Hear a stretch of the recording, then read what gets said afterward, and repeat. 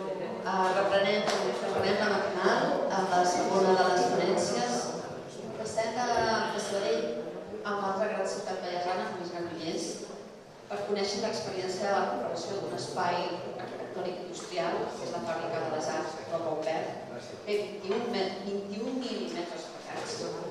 I avui en dia és un dels espais culturals fonamentals de Granollers i un gran complex que inclou des d'espais de producció, una biblioteca, tallers d'artistes, sales d'exposicions, etc. I com ha dit abans l'Encarna, val la pena que torno a insistir, jo també insisteixo que val la pena que la visiteu.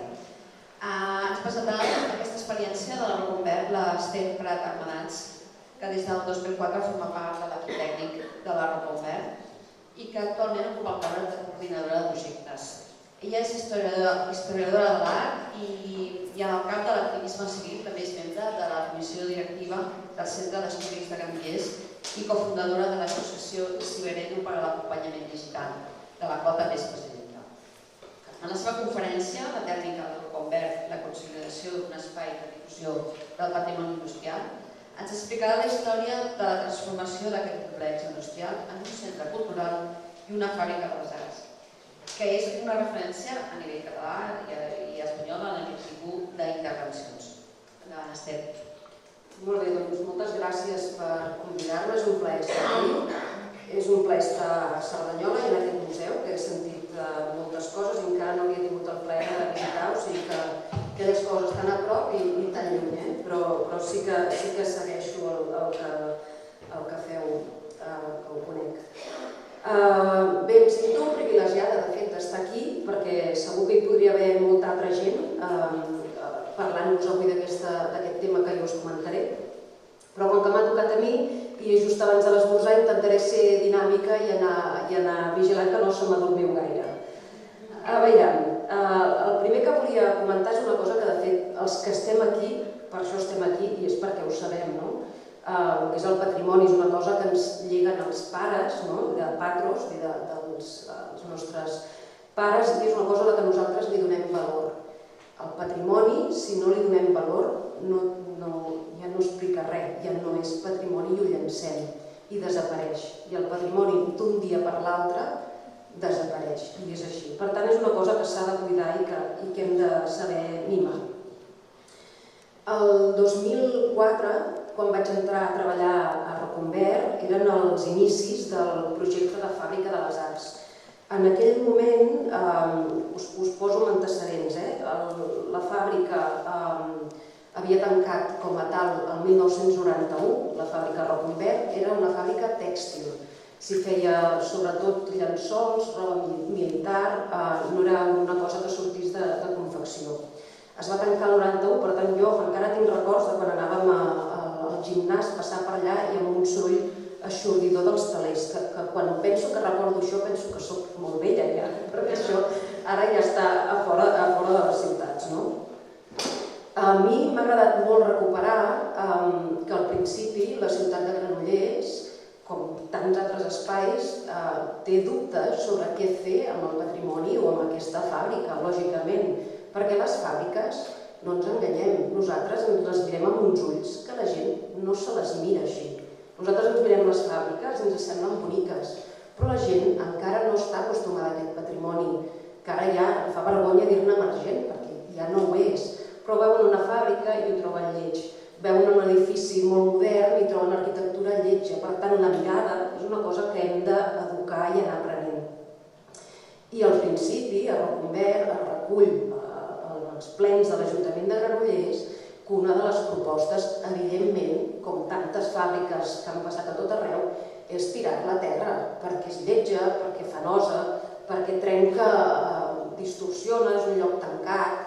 Això és normal i, de fet, a Granollers s'han trencat tantes fàbriques com a tot arreu i ens hem quedat tan panxos considerant que guardant la xemeneia ja n'hi havia prou. I ara una mica ens fa vergonya veure que durant tant temps hem tractat així el patrimoni, quan altres llocs més al nord l'han sabut valorar i ara tenen espais que són únics i que nosaltres hem convertit en pisos estàndards que no tenen cap gràcia. Però això és una cosa que passa a tot arreu. De fet, una de les coses que m'agradaria que entenguéssim avui o que quasi m'avanço una mica a la conclusió, és explicar que en realitat a mi, quan parlem de que Granollers és un cas d'èxit, potser és per la meva manera de ser, però no ho veig ben bé així. Quasi a vegades és més fruit de caramboles o de gent que hi ha participat, però que les coses no sempre han sigut un únic camí recte. Vull dir que el 2004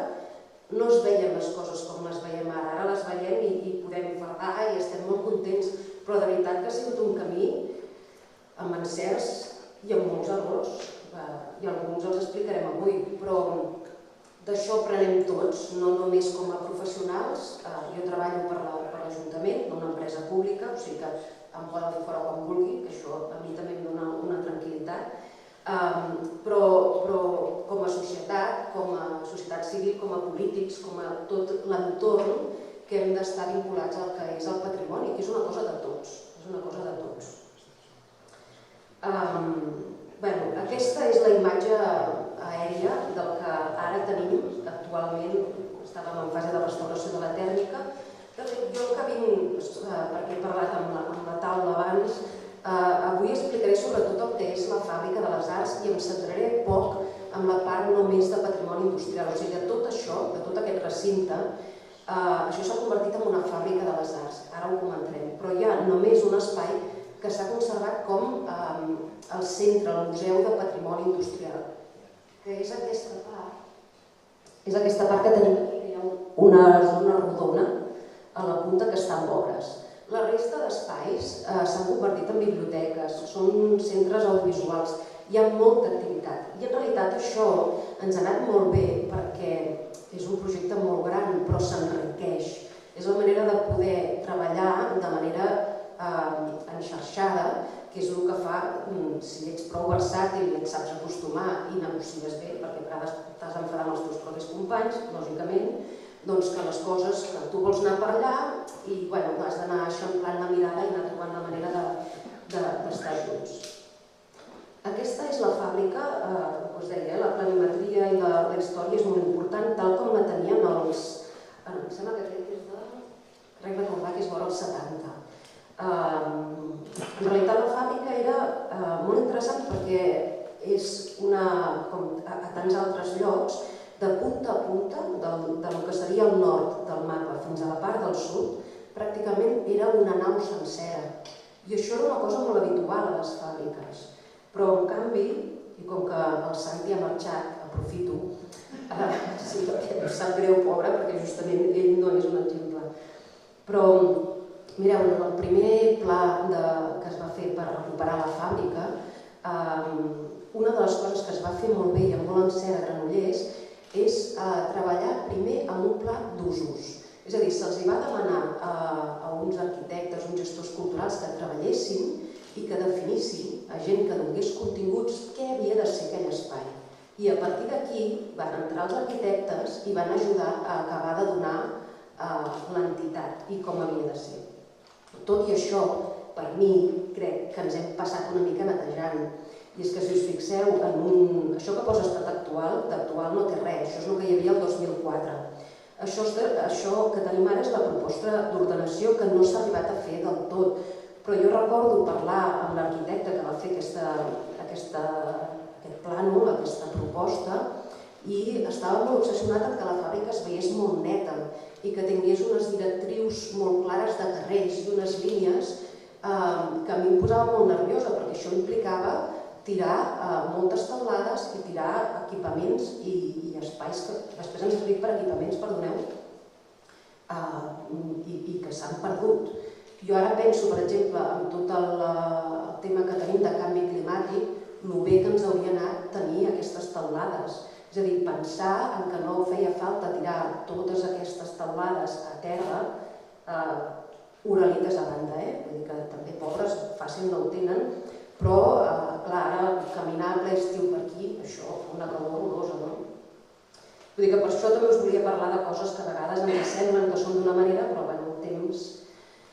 Aquí, per exemple, en el pla d'usos, clar, us estic parlant de fa molts anys, estic parlant del 2002, quan el vam fer. En aquesta nau volíem nosaltres tenir-hi un restaurant superxulo. I jo havia explicat aquesta nau dient que tindria un restaurant tipus bulli, o sigui, imagineu-vos, no? Una mica, clar, perquè les coses es van canviant i es van modelant i no passa res. Vull dir, forma part d'anar creixent i d'anar veient coses d'una manera diferent. Per sort aquesta nau no s'ha convertit en un restaurant, és una nau multiusos i ens va estupendo per fires, exposicions, etc. Això és una mica el que us estava explicant ara. La fàbrica va tancar el 91, hi va haver un conveni amb l'Ajuntament i per tant l'Ajuntament es va quedar als terrenys, els va pagar i una part es va quedar en l'Incasòl i es van fer pisos. Tot i això, la fàbrica tenia molt terreny que no estava construït, per tant, totes les naus que tenim pràcticament són realment les que estaven construïdes, menys les que ens hem carregat més de manera moderna. Durant el temps aquest que ningú sabia massa què faríem, hi havia productores audiovisuals que ho llogaven com a espai per fer els seus rodatges, etc. I això va anar molt bé, perquè va ser en part la gènesi d'entendre que la cultura podia donar sentit a aquests espais. I per tant, en el 1999 ja comencen a sortir en els plens que es vol fer un equipament de referència a Catalunya. I el 2002 es parla de Fàbrica de les Arts. Això és molt divertit perquè és anterior a Barcelona. A Barcelona, tot el tema del Jordi Martí i les fàbriques de les arts és una mica posterior, és 2006 i les fàbriques de Barcelona són més temàtiques. Tens la fàbrica de dansa, tens la fàbrica de circ, tens etc. Cada disciplina a part. Aquí es va pensar abans perquè es va copiar un model del nord, el de les Kunsthalles o les fàbriques sobretot de països escandinaus, que ells evidentment tenen una altra cultura, moltes són espais ocupats, amb uns ocupes que tenen una feina estable i quan surten de la feina estable se'n van a l'espai d'ocupació i treballen, etc. i fan la seva feina creativa allà. Ai no, que m'he equivocat, aquí.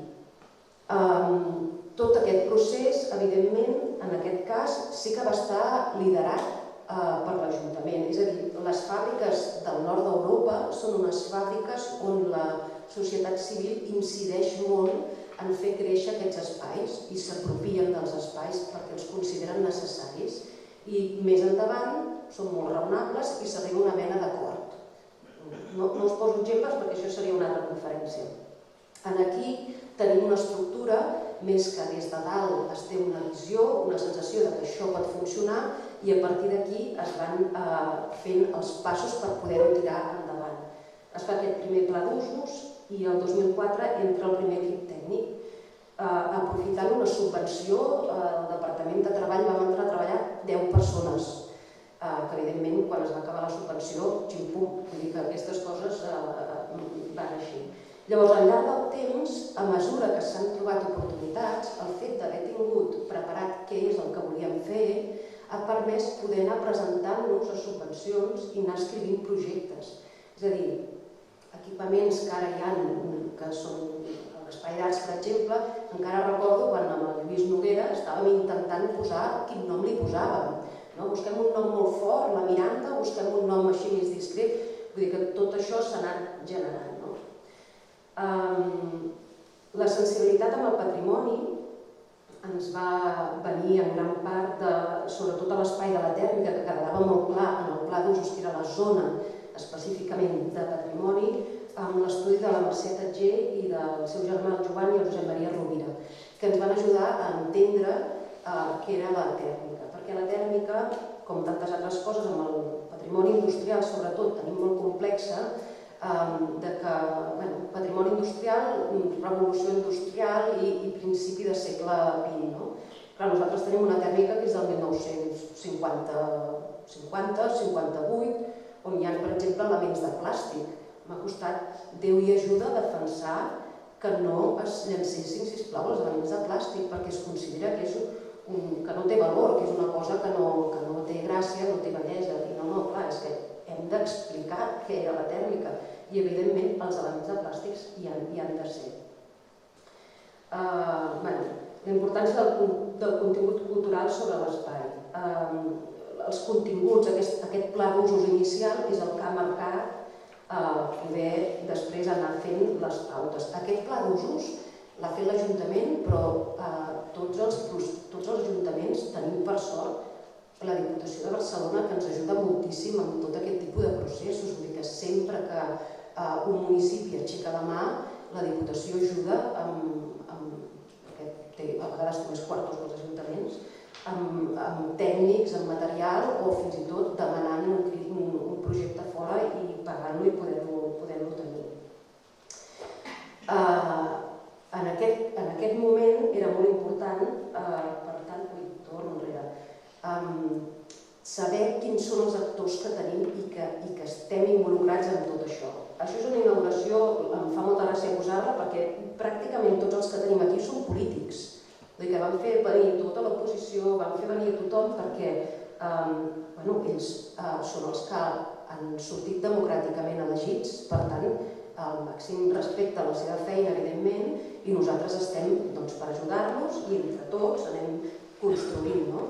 També és veritat, jo tenia una idea que la Montse me l'ha patat avui quan he arribat, que anava a dir no hi ha ciutadans que demanin, que aixequin el dit i diguin en un polític jo vull una fàbrica de les arts per al meu poble. Aquí en som uns quants, ja ho veig, però la majoria de gent no té aquestes prioritats, no passa res. Però la feina del polític és tenir una visió per anar més enllà dels 4 anys que li toca de mandat i més enllà d'aquesta que és la seva funció, aquesta visió que pot tenir, que un ciutadà no pot tenir. Aquí es va fer una feina molt important, sobretot recuperant informació dels avis. Aquest senyor, per exemple, era de la Quinta del Viveró, ens va donar informació de com estava treballant a la fàbrica i va marxar amb la columna del Vallès. Aquí tenim xerrades amb l'arxiu municipal, en què hem sigut còmplices des del primer moment i amb el que hem fet periòdicament demandes que la gent porti el material. La gent no és conscient que a casa té joies i el més divertit és que quan li fas conscient llavors s'ho volen quedar, que a mi em sembla fantàstic. Però sempre els dic una cosa, tu ara n'ets conscient i ara veus aquesta fotografia amb uns altres ulls o aquell llençol o el que sigui, em sembla fantàstic, però assegura't que el dia que tu et moris això no acabi els encants. Perquè a mi, si m'ho dones, jo no m'ho quedaré, jo ho donaré a l'arxiu o al museu, entrarà en un registre oficial de la Generalitat i ho veuran els teus nets, els teus rebesnets, tothom sabrà que ho has donat a la comunitat. Llavors això a vegades ajuda una mica, però forma part de... Llavors els propis treballadors també es van organitzar, cosa que em sembla molt bé, no tot ho ha de fer l'Ajuntament, evidentment ells s'organitzen, es troben, nosaltres tenim espais. Aquestes coses, com més coses passin, doncs molt millor, vull dir, nosaltres al servei.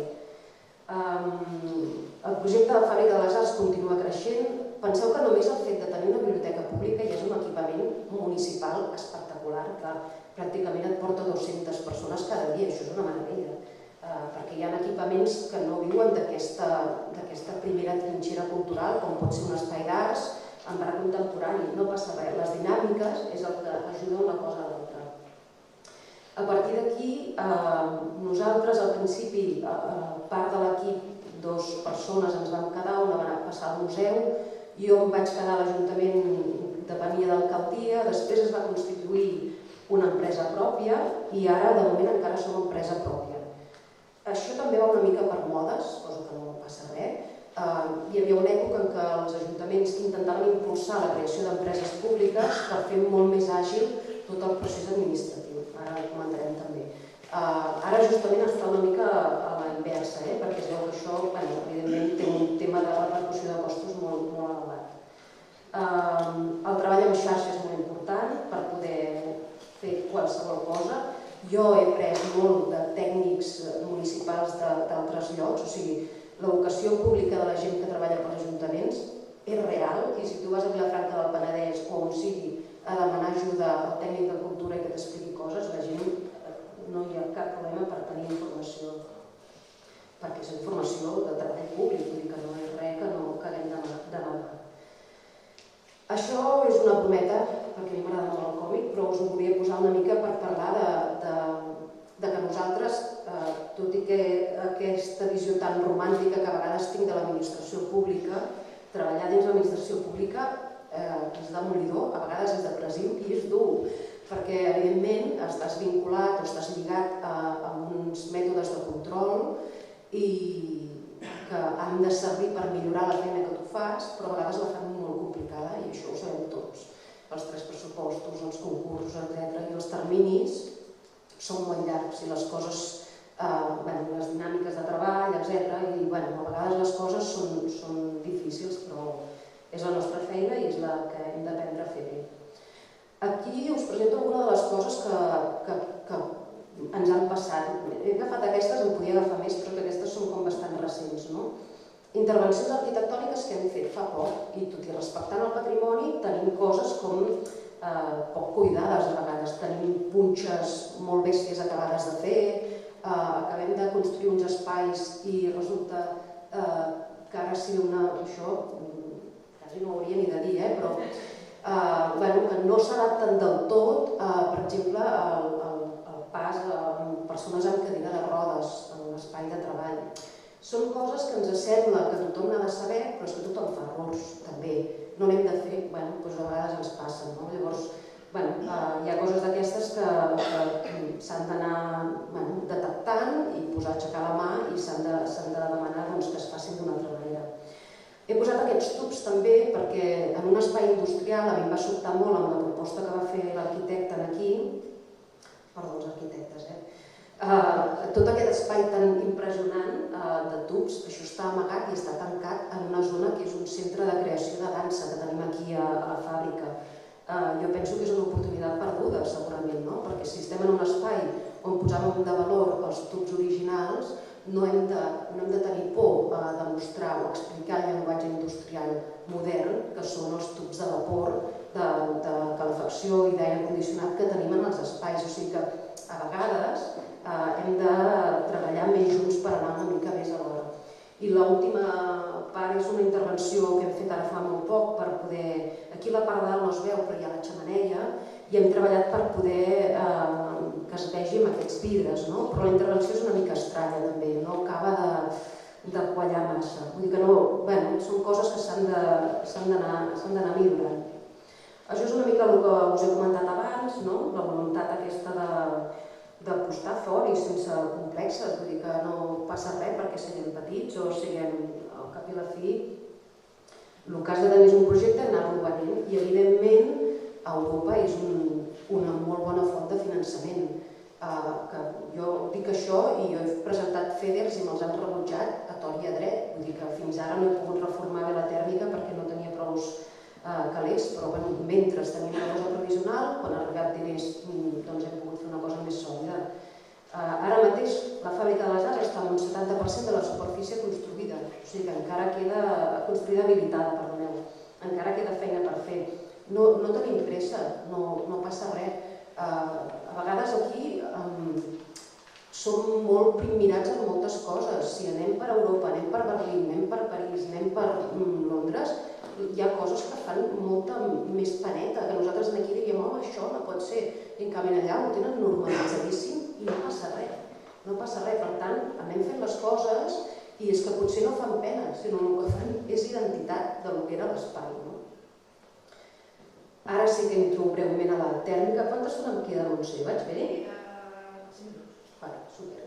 He posat aquesta perquè és la tèrmica, clar, evidentment per un tema de calor, els tubs de vapor estaven embenats amb l'amiant aquest famós i em fa molta gràcia poder posar aquesta foto avui que estic aquí a Cerdanyola. Perquè la tèrmica, al principi, quan la vam començar a pensar, vam pensar molt en un projecte de patrimoni cultural més bàsic, d'explicar la memòria històrica. Però és això que us dic, clar, a part que nosaltres tenim molts equipaments, sempre has d'anar relacionant-te amb altres àrees, amb turisme, etc. Llavors, n'hi ha una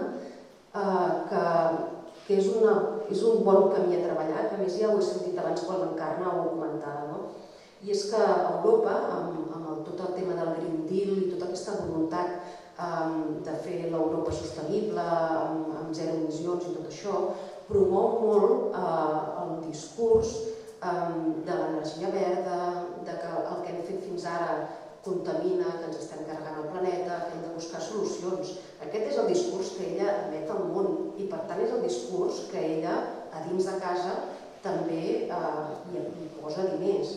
I això ens serveix a nosaltres per activar de fils que potser fins ara no teníem tan clar. El patrimoni industrial té una oportunitat única, amb anys, de dir això està tancat, la tèrmica està tancada perquè contaminava.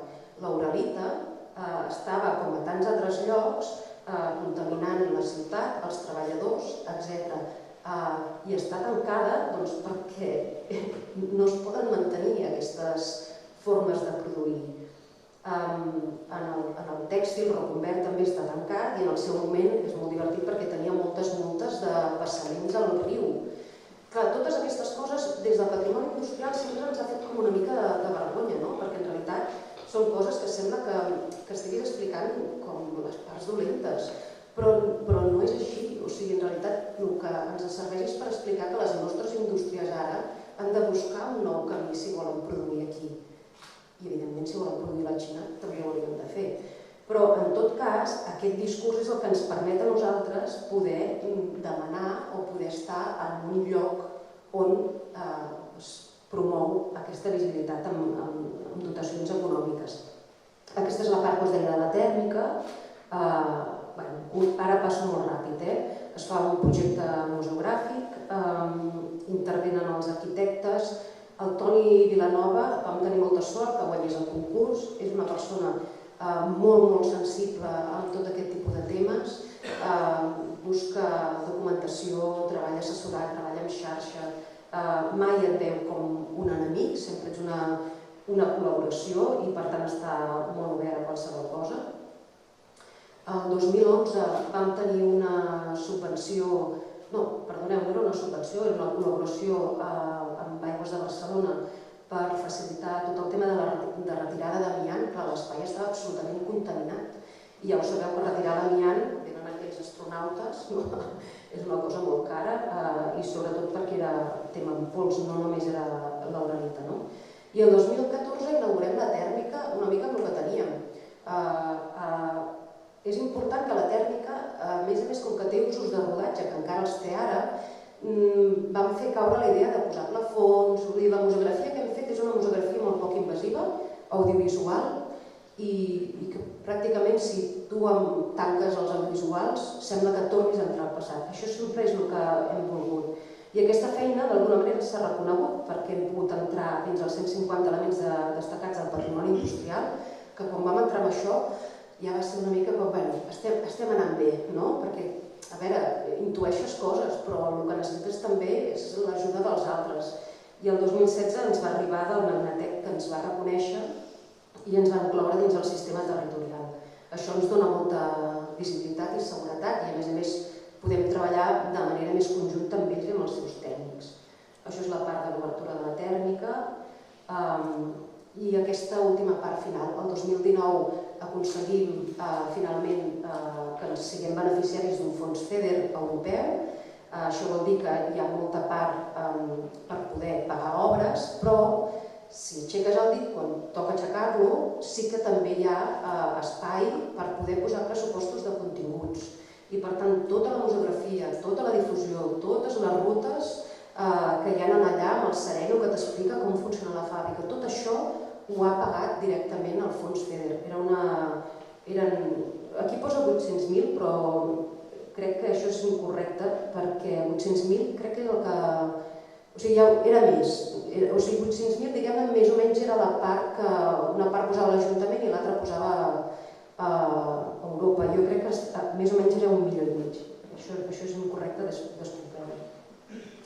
Doncs, clar, això ens ha donat ara un nou impuls. Aquest desembre hem pogut obrir la tèrmica, intentant, evidentment, ser sostenibles també a nivell de pressupost municipal. La podeu venir a veure una mica com si fos un cinema. Vull dir, no és una botiga que vens tu quan vols, sinó que has de demanar hora el dissabte a 2 de 6 o a les 7 o el diumenge a les 11 o a 2 d'una.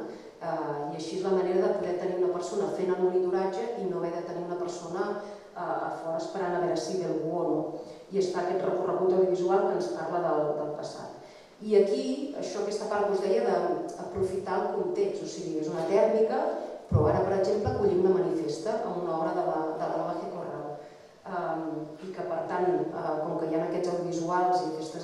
exemples ho hem pogut aprofitar amb un pressupost molt raonable i molt baix, perquè tot el hardware està pagat i ja el tenim, o podem aprofitar i podem formar part del panoràmic o d'altres esdeveniments que passen.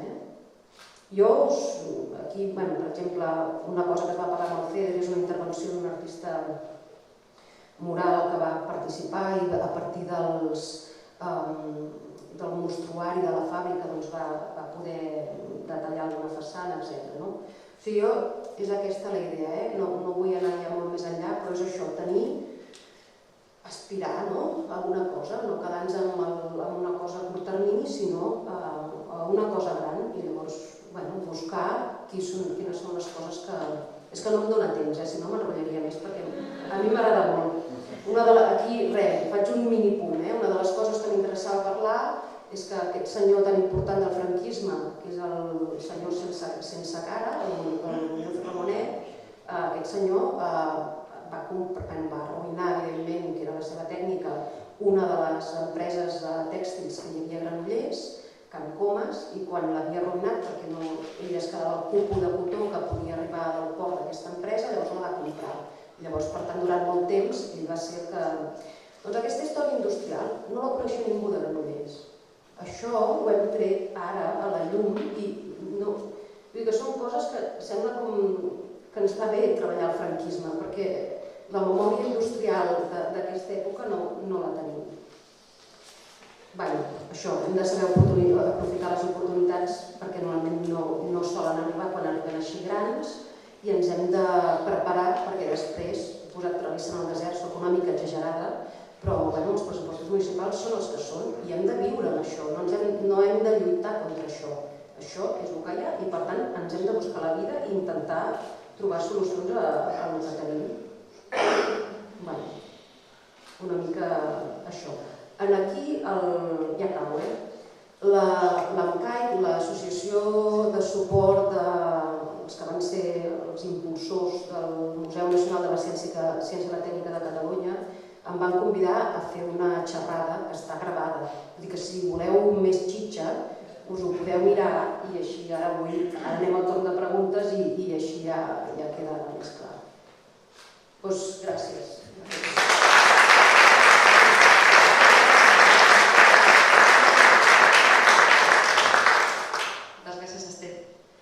Hi ha alguna pregunteta?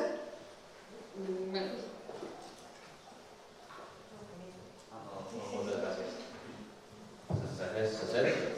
Ha dit que tot és molt enfisador, però si podria ser una mica més allò, aterrem realment. Vull dir, això està molt bé perquè no ha estat públic. Llavors, m'agradaria saber, això va ser fruit d'una expropiació, d'una cessió propietària a canvi d'uns altres terrenys a edificar. Perquè al cap i al fi tot això són diners i crec que cal parlar de diners, perquè si no tot sembla que ho dic, i tots segurament podem pensar en l'Eurolita, però clar, l'Eurolita és privat i qui el comprarà? L'Eurolita actualment, excepte una peça concreta, tots són d'usos industrials, però també hauríem de canviar d'usos. I igual hauríem de parlar també una mica, a part de tot és molt bonic, és aterrar. I que això es va aconseguir per una expropiació, per una cessió, per què es va aconseguir, què és el que va passar, clar, si comentaves que l'Incasol, clar, si l'Incasol va verificar, va haver-hi uns rèdits que va... Correcte. Jo crec que tot això és important assenyalar-ho perquè si no tots dic, mira, si a Granollers ho han fet, per què no fem a Ràdio? Perquè darrere de tots aquests projectes hi ha una part econòmica que no l'hem de treure perquè... I després el que fa també el seu funcionament, no? Només serà una mica si ho pots explicar, perquè part de la teva concepció.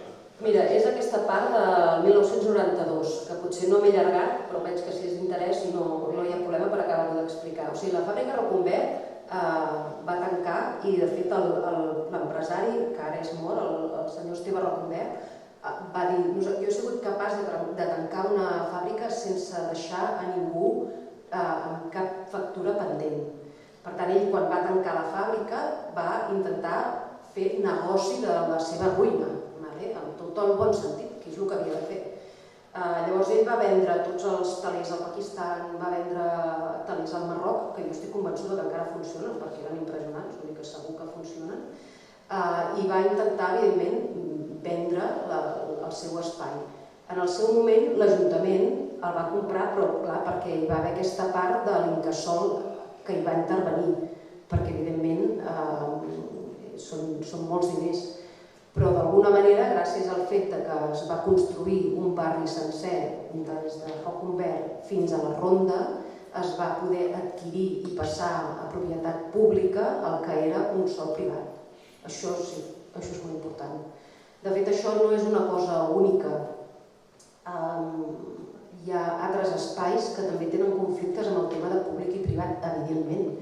La colònia Vidal del Llobregat, que està anant cap a Puig-reig, justament. Clar, el Magnetec, jo ara no parlo com a Roquembert, parlo com a persona que llegeix diaris i que s'entera de les coses. Durant molt temps el Magnetec hi ha invertit, hi ha pensat i l'ha animada molt, però clar, és un espai privat. Llavors això entra en contradicció, perquè si tu fas inversions públiques, com ho soluciones? I de fet ara és un tema que s'ha quedat molt en stand-by, poder continuar treballant. No sé si us en recordeu, fa molt temps la colònia Puig-reig era la colònia que anaves a veure quan anaves a veure el Llobregat. Això ha hagut de canviar perquè és privat. I llavors, com que és privat, doncs això no podem abocar diners públics en una cosa que està en mans privades i té certa lògica. Això és important. Primer de tot, felicitats pel projecte de treballadors. No és meu, Per la part que toca de l'edificació. I ens has parlat del pla d'usos i com que vam poder visitar el recinte vam veure la profunditat d'activitats que hi ha. I aquí a Cerdanyola, per sort, tenim molta activitat de diferents entitats. Hi ha entitats de la cultura, de la cultura tradicional, tot el ventall que et puguis imaginar, des de sardanes, artistes plàstics, la gent de la FOCER, tot l'àmbit d'espectadors. Una cosa que m'agradaria que expliquessis és quins usos hi ha, com una mica un catàleg, com us veieu, perquè es pugui veure més enllà de la tècnica, que és un espai extraordinari, tot el potencial de gent que hi ha allà darrere, d'activitats. Sí, són aquests 20.000 metres. Clar, en el seu moment, en el pla director es diferenciaven no em sembla del tot malament la classificació, amb equipaments de proximitat i equipaments més professionals. Llavors, per exemple, de proximitat teníem el que seria la biblioteca, el foment a la lectura i el pensament, i l'espai de la Troca. La Troca és l'espai de referència de totes les entitats de cultura popular de la ciutat. Llavors, un equipament molt... Vull dir que jo durant molts anys ningú sabia on jo treballava. Tothom deia, jo treballo a Roquembert, i la gent deia, però la Troca o la biblioteca? La resta no existia, perquè no és una cosa que tothom conegui, no passa res, tot ha d'existir. Altres equipaments, per exemple, que són més amb aquesta voluntat de país, és l'Espai d'Arts, que es va inaugurar el 2009, però és un lloc per a artistes contemporanis amb residències d'artistes, que per això és una fàbrica de les arts. No és només un espai d'exhibició d'art contemporani, sinó que és un espai de producció. Canviem aquest mètode de treball dels obrers, passem al nostre segle XXI i un espai creatiu. Tenim el mateix un espai de dansa, o sigui, venen companyies que sovint tenen subvencions de la Generalitat i venen 3 setmanes, un mes, a treballar en les sales que nosaltres tenim especials per a ells. Tant poden ser de dansa com poden ser de circ. Tenim, espera't, que ara m'estic despistant perquè no vaig per ordre, hi ha un espai, per exemple, una sala de concerts per a 800 persones i uns bucs d'assaig musical, també per temes d'assaig, que és un espai en realitat de proximitat, perquè són grups locals, és un dels espais que també funciona molt bé. Tenim un centre audiovisual, que ara n'hem dit, l'estem remodelant, però és l'espai de coworking, amb platós, allà hi ha la seu de BOTV, per tant també és un espai que molta gent hi va, i la ràdio municipal. Tenim un centre tecnològic universitari que en el seu moment intentava imitar una mica, em sembla que es diu Neàpolis, el que tenen a Vilanova i la Geltrú, però no ha acabat de funcionar així i ara mateix, fins ara hem tingut la Universitat de Vic, ara tenim la Universitat Popular de Granollers, però és un espai de proximitat també que funciona molt bé. I la tèrmica, no sé si em deixo algun espai. A nivell d'empreses? Sí, és aquest coworking que tenim. Sí, és aquest coworking. El bar, evidentment, molt important, vull dir que també ha d'existir, vull dir que les coses són com són. Però encara hi ha anomalies, tenim una impremta municipal a dintre, tenim espais que de tant en tant hem d'anar fent fora els coloms perquè la que poden, sabeu que són capaços de trencar el vidre? O sigui, van a direcció directa i són capaços d'entrar trencant el vidre dins d'espais, vull dir que s'ha de vigilar. Tenim empreses privades vinculades a la cultura que estan instal·lades allà, el taller del Joan Fontcoberta, que és un fotògraf, una empresa que fa cultura popular, que fa gegants, i una escola de teatre. Vull dir que tot això, a veure, en el seu moment, ara us diré un número que sembla molt alt, però ara us explicaré. O sigui, hi havia hagut, abans del Covid, que ha canviat moltes coses, aproximadament 400.000 usos a la fàbrica. 400.000. 400.000 usos no vol dir usuaris, vol dir que jo, que cada vegada hi vaig cada dia, jo sola ja en faig 330, però perquè veieu una mica l'abast de l'espai. I també és veritat que al ser empresa municipal també hi ha, això ho podeu buscar, afortunadament, com que tot és públic, podeu buscar el pressupost de l'empresa pública Reconvert Fàbrica de les Arts i de fet hi havia hagut molts diners en sous perquè dintre de la fàbrica Reconvert de l'empresa hi havia tot el personal de ràdio. Llavors eren sous que no tenien res a veure amb l'espai de creació, etc. Vull dir que l'equip és relativament petit, no són pas gaires. Molt bé. Hi ha una altra pregunta, però molt breu. I després aquest senyor pobret, que si no es quedarà... És que el meu és molt curt. Sí, Des del desconeixement, vosaltres esteu parlant tota l'estona amb sigles, no? El Menectec i tal, i es dona per suposat que jo perdó, jo vull saber, per exemple, el Menectec què és. El Museu de Terrassa, sí. Llavors, m'ha passat igual amb els aixes que has parlat abans, no? Que donen sigles i jo em perdo perquè no sé què estem parlant. Sí. Tens tota la raó. Això... Mira que ho intento, però no... La darrera pregunta. Gràcies per l'explicació, perquè quan passa a la fàbrica, només passejar per dins, em dona una certa sensació de que no cal arreglar-ho tot de cop, que vas fent com trossos, com si estiguessis fent una nova ciutat de cultura.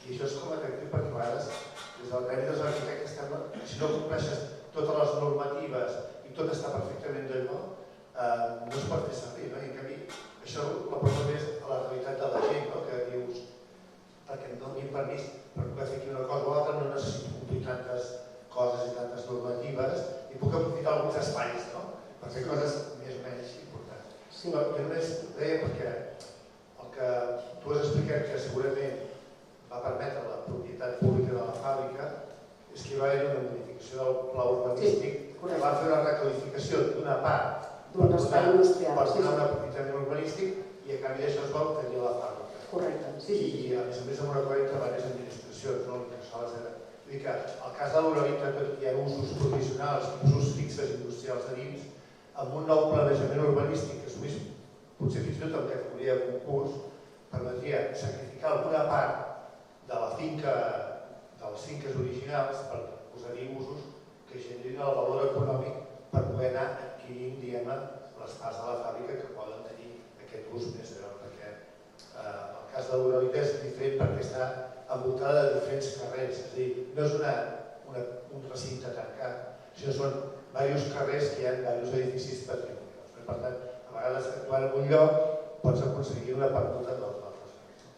No puc opinar molt perquè no ho conec amb certesa o amb coneixement de causa per explicar-te coses de l'Uralita que tu coneixes 1000 vegades més bé que jo, però sí, evidentment, això és una... A vegades has de buscar solucions d'on surten. Molt bé, doncs moltes gràcies. Esther? A vosaltres.